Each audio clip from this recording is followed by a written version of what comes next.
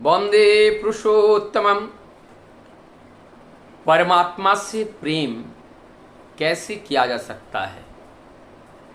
परमात्मा से प्रेम करना जरूरी है। परमात्मा से प्रेम का रास्ता क्या है? जब हम देखते हैं परमात्मा से प्रेम कौन करते हैं, जैसे भक्त और भगवान, जैसे साधारणता तथाकथित भाषा में जीवात्मा और परमात्मा का मिलन, अर्थात अपने स्वरूप का वास्तविक ज्ञान। तो यहाँ पर जरूरत होती है धर्म और आध्यात्म। धर्म क्या है, आध्यात्म क्या है? धर्म है धारण करना। क्या धारण करना? सत्य का धारण करना। और आध्यात्म है उसका आचरण करना। धर्म है धारण करना, धारयति इति धर्मा।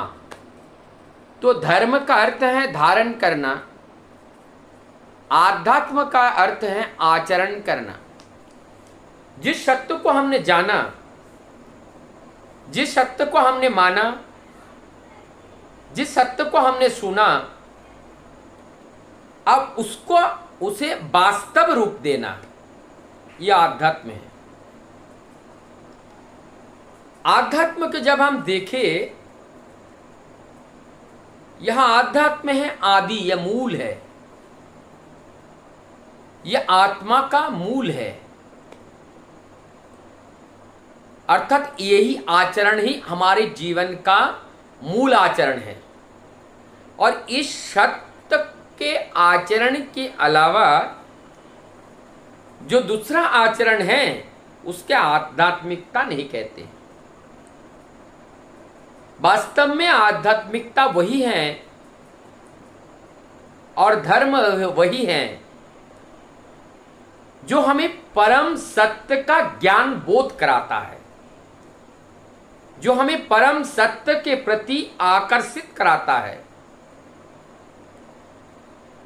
जो हमें परम सत्य की ओर प्रेरित करता है वहां तक जाने के लिए। तो आजकल हम लोग देखते हैं धर्म का प्रचारण प्रसार जगह जगह पर संत महात्माओं के द्वारा प्रवचन के माध्यम से सत्य स्वरूप की व्याख्या की जाती है। वास्तविक सत्य के बारे में अवगत कराया जाता है कि वास्तविक सत्य क्या है। लेकिन क्या हम अपने आप से प्रश्न करें? मैं कहता हूं प्रत्येक दिन सूर्योदय से पहले ब्रह्म मुहूर्त में जागना चाहिए। मैं अपने से प्रश्न करूं, मैं महीने में कितने दिन ऐसा कर पाता हूं? परमदयाल श्री ठाकुर जी इस बात को कहते हैं, जो आप नहीं करते हो आचरण, उसको प्रवचन करने की जरूरत नहीं है। आपके पास बोलने का अधिकार तभी है जब बोलने से पहले आप उसको आचरण कर रहे हो। माता पिता के प्रति श्रद्धा भक्ति करना चाहिए। मैं प्रवाचक बन करके इस बात को बता रहा हूं। अब हमें अपने आप के अंदर झांकना होगा, मैं अपने माता पिता के प्रति कितना श्रद्धावान हूं और उनकी बारे में मैं कितना जानकारी, कितना ख्याल रखता हूं। अगर मैं अपने माता पिता के बारे में सजाग जागरूक नहीं है तो दूसरे के प्रति कोई भी उक्ति करने का अधिकार हमारे पास नहीं है। इसी प्रकार किसी को दान करना, सहयोग करना, परोपकार करना, मैं कितना करता हूं?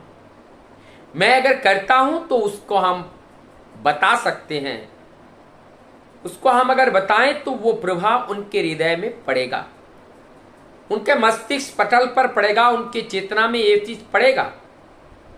लेकिन अगर हमने वास्तव में नहीं किया तो उसका प्रभाव नहीं पड़ेगा। तो वास्तविकता, धर्म और आध्यात्मिकता ये संपूर्ण रूप से सत्यता के ऊपर आधारित है। हम कितना उस परम सत्य को जानते हैं, हम कितना उस परम सत्य का आचरण करते हैं। अगर हम उस परम सत्य को जाने, परम सत्य को आचरण करें, तो निश्चित रूप से वो चरित्र जैसा होना चाहिए वो ऐसा निखार आएगा और हमें भी आनंद आएगा, और हम जहां जा रहे हैं उस परिवेश को भी आनंद आएगा। और हम वास्तव में जो प्रेम है, परमात्मा से जो प्रेम कहा जाता है, तो परमात्मा की स्वरूप क्या है, परमात्मा कहां मिलता है, कहां दिखाई देता है। परमात्मा क्या गुफा में है, परमात्मा क्या मंदिर मस्जिद गुरुद्वारे में, मठ मंदिर में, कहां है परमात्मा। परमात्मा की बात करते हुए हम क्या बताते हैं, वो परम सत्य स्वरूप ही परमात्मा है। परमात्मा निराकार सत्ता अजन्मा और वे सर्वत्र विराजमान है। जब वो अजन्मा है, सर्वत्र विराजमान है, तो जब सर्वत्र विराजमान है, हर कण ही परमात्मा है। तो जब हर कण ही परमात्मा है, इस बात को जब हम समझ जाएंगे, हम समाज के हर प्राणी, हर जंगम, जो भी सृष्टि जगत में मैं दो आंखों से देखता हूं, जब उनकी उपस्थिति साक्षात उस परमात्मा की उपस्थिति जब मैं मानने लगता हूं, निश्चित रूप से हमें उस परमात्मा के प्रति प्रेम होता है। यही वास्तविक प्रेम है। तभी तो कहा गया, जीव को प्रेम जो करते हैं, जीवे प्रेम करें जे जोन सही जोन सेवे ईश्वर।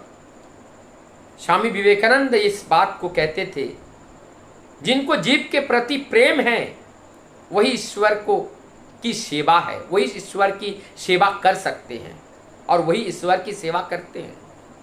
अर्थात संपूर्ण जीव के प्रति एक श्रद्धा, एक समर्पण, एक सेवापरायण भाव जब हमारे हृदय में जागृत नहीं होती हैं, तब तक परमात्मा को समझना असंभव सा हो जाता है।